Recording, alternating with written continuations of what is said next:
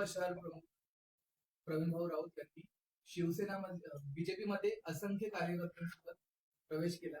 अशा वेळी सर्वांना एक प्रश्न पडला होता की तुमची नेमकी भूमिका काय, एकंदरीत काय यामागचं तथ्य आहे आणि नेमकी तुमची भूमिका काय असते? अनिकेत, या आपल्या राज्यामध्ये किंवा देशामध्ये प्रत्येक व्यक्तीला व्यक्तिगत स्वातंत्र्य आहे आणि मला असं वाटतं जसा प्रत्येकाला मताचा अधिकार आहे तसा त्याच्या निर्णयाचा पण प्रत्येकाला अधिकार आहे.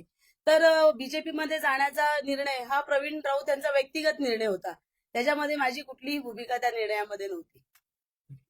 एकंदरीत पाहतोय तुम्ही शिवसेनेमध्ये असणार आहात काय? 100%. ज्या दिवशी तुम्ही माझी मागच्या वेळेला देखील बाईट घेतली त्या दिवशी मी सांगितलं होतं की माझं शिवसेनेवर अत्यंत प्रेम आहे आणि मी शिवसेनेची नगरसेविका आज नाहीये. मी 2010 पासून शिवसेनेची नगरसेविका आहे.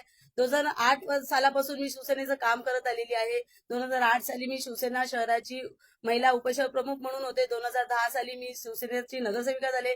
कंटिन्यू 2015ला झाले. त्यावेळेला मी बिनविरोध आले.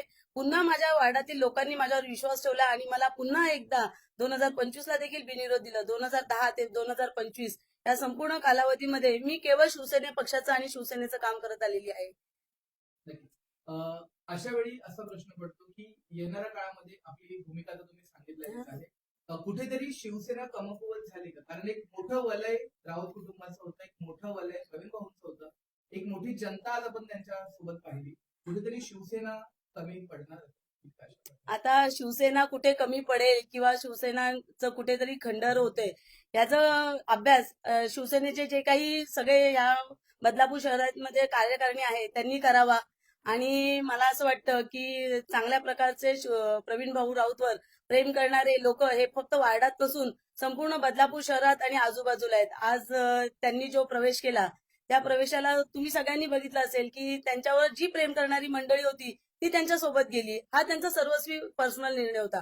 आणि मला असं वाटतं की ह्या बदलापूर शहरात नव्हे तर संपूर्ण महाराष्ट्रामध्ये एका पक्षामध्ये 2 पक्षामध्ये एका घरातली कामं करणारी व्यक्ती ही असंख्य आहेत. आज तू नारायण राणेंसारखं उदाहरण घेशील. ते स्वतः बीजेपीत काम करतात. त्यांचा एक मुलगा शिंदे गटात काम करतो शिवसेनेमध्ये. एकनाथ खडसे आहेत, ते स्वतः राष्ट्रवादीत काम करतात. रक्षा खडसे ह्या बीजेपीचं काम करतात. या बदलापूर शहराचं उदाहरण द्यायचं झालं तर या बदलापूर शहरामध्ये ज्ञानेश्वर म्हात्रे ते बीजेपीचं काम करतात. आमचे शहर प्रमुख वामनदादा म्हात्रे हे शिवसेनेचं काम करतात. आमचे श्रीधरदादा पाटील आहेत, ते या ठिकाणी शिवसेनेचं काम करतात. त्यांची बहीण रिद्धिदा घोरपडे आहे, ज्यांनी इतकी वर्ष शिवसेनेमध्ये काम केलं. एक निवडणूक देखील त्यांनी या ठिकाणी लढवली. त्यांना शिवसेनेचे विचार पडले नाही, त्यांनी बीजेपीची साथ धरली. त्या बीजेपीत आज नगरसेविका आहेत. त्याचप्रमाणे आमचे भारत पाटील आहेत, त्यांच्या कुटुंबामध्ये ते शिवसेनेचं काम करतात. त्यांचा भाऊ आहे तो उद्धव साहेबांचं काम करतो. त्यामुळे राऊत कुटुंब काही हे पहिलं असं कुटुंब नाहीये संपूर्ण बदलापूर शहरातलं किंवा महाराष्ट्रातलं की ज्यांच्या एका घरामध्ये 2 पक्षाची कामं करणारी लोक असतील. ठीक आहे, प्रवीण राऊतला पटलं की त्यांनी बीजेपीचं काम करावं, हा त्यांचा सर्वस्वी निर्णय. मला शिवसेनेचं काम करायचंय. त्यांनी माझ्यावर कुठल्याही प्रकारचं बंधन नाहीये की तू कुठल्या पक्षाचं काम करावं किंवा नाही करावं. हा माझा सर्वस्वी निर्णय की मी शिवसेनेचं काम करणार, शिवसेनेची नगरसेविका शेवटपर्यंत शिवसेनेचं काम करणार.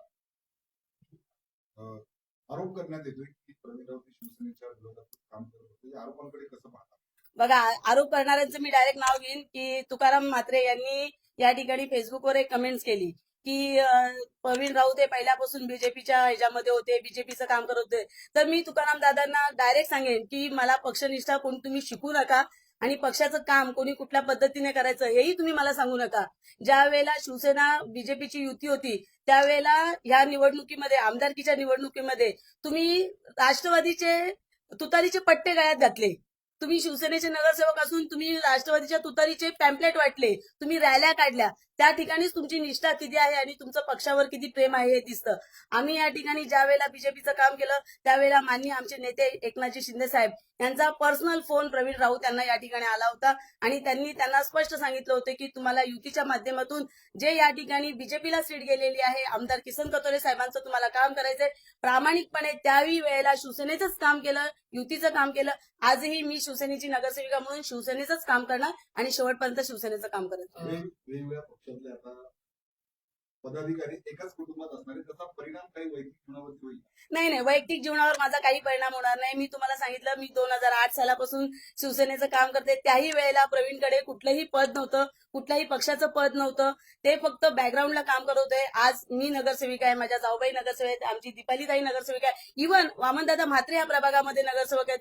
प्रवीण राऊत यांचं या सगळ्या सीटला खूप मोठ्या प्रमाणात योगदान आहे. त्यांना मानणारा वर्ग या संपूर्ण शिरगाव पासून कात्रपासून शिरगाव परिसरामध्ये आहे. आज या 4 सीटला जर सगळ्यात मोठं योगदान कुणाचं असेल तर ते प्रवीण भाऊ राऊतचं आहे. ह्याच्यामध्ये कुठेही दुशंका नाही. आपण पाहतोय भाऊंकडून वारंवार तसं सांगत असतो की माझ्यावर कुठे अन्याय झाला.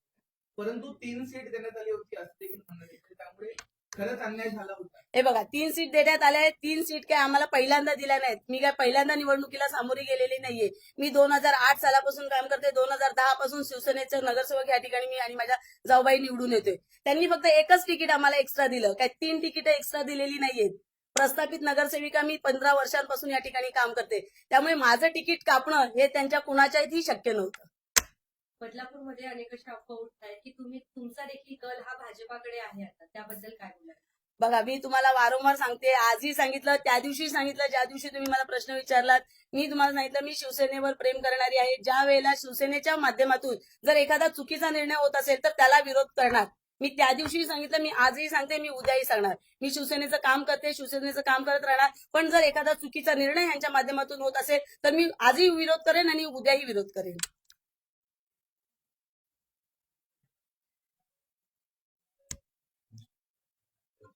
गुड.